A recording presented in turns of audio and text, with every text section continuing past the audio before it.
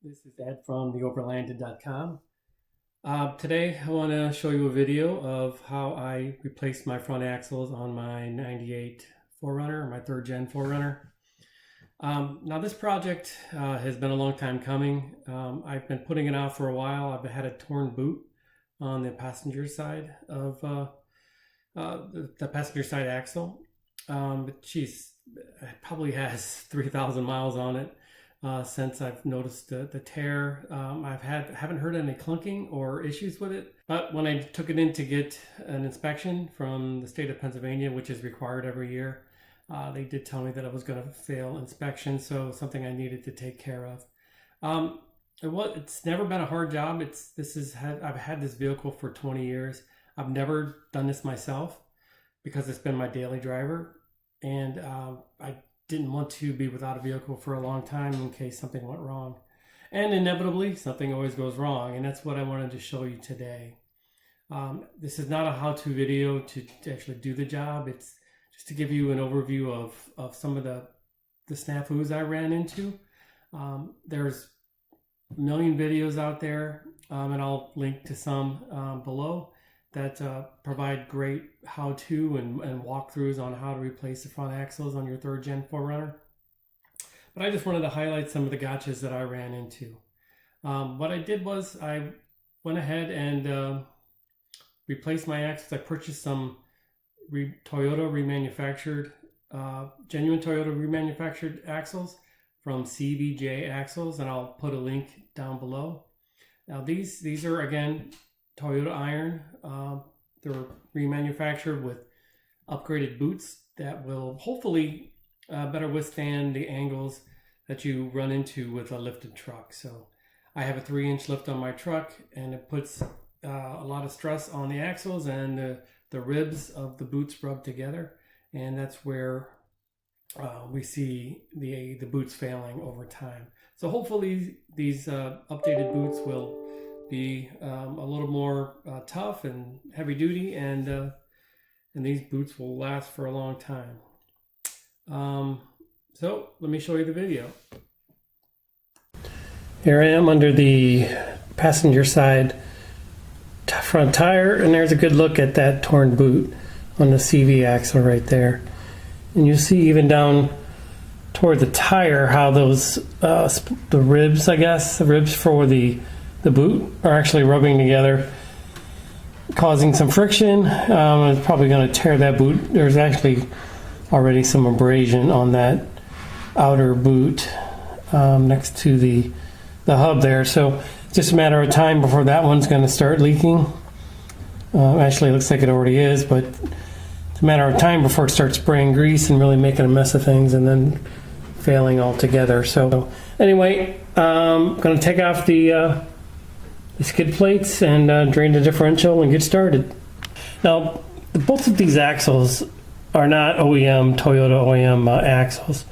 At some point, I had to have these replaced. Again, I had this vehicle for 20 years now, and I haven't replaced these myself yet.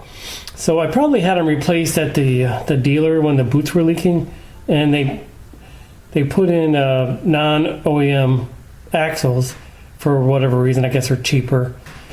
So I'll keep this one. I'm going to take it off, replace it, but I'll keep it as a trail spare.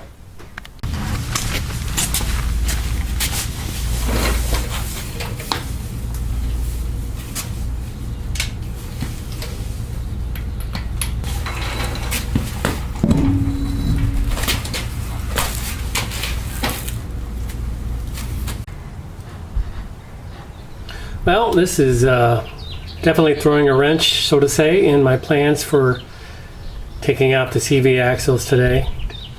It looks like this aftermarket CV axle came with some non-standard size axle nut. It looks to be a 40 millimeter based on my rude calculations with my homemade calipers. And what's stock is this 35 millimeter, which is a genuine Toyota part.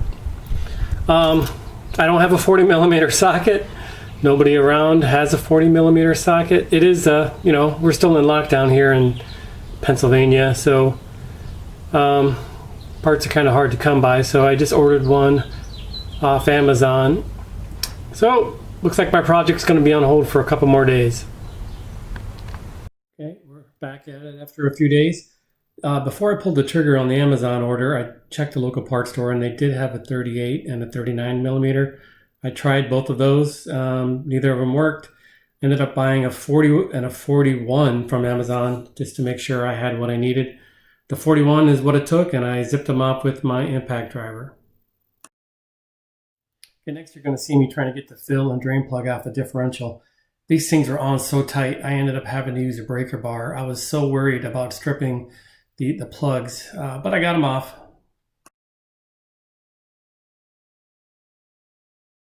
This is what the passenger side axle looked like right before I put it in. Again, the rest of the job was pretty straightforward. Just ran into some challenges with the axle nut and the differential plugs. But after that, things went pretty well. Axles are in. Here's a shot of the passenger side. Looks nice. Before I put the skid plate on, thought I'd get a couple pictures. And here's a shot of the driver's side.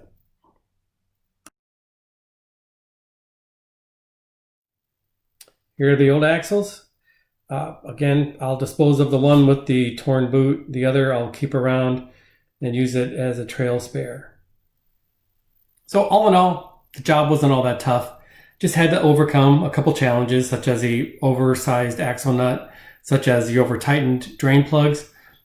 Again, don't over-tighten things. Always use the torque specifications that come with your vehicle or what you could find on the web. Again, the job went pretty quick.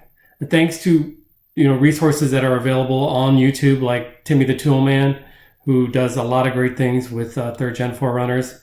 I use his videos a lot in my projects. So make use of the resources you have a plan in place. When things unexpectedly come up, which they will unexpectedly come up, you just got to think on your feet and develop a new plan, is what I had to do here. So thanks for listening. If you like what you see, think about subscribing. Think about leaving some comments below. If you have anything to say that would help me out. Otherwise, I will see you on the trails.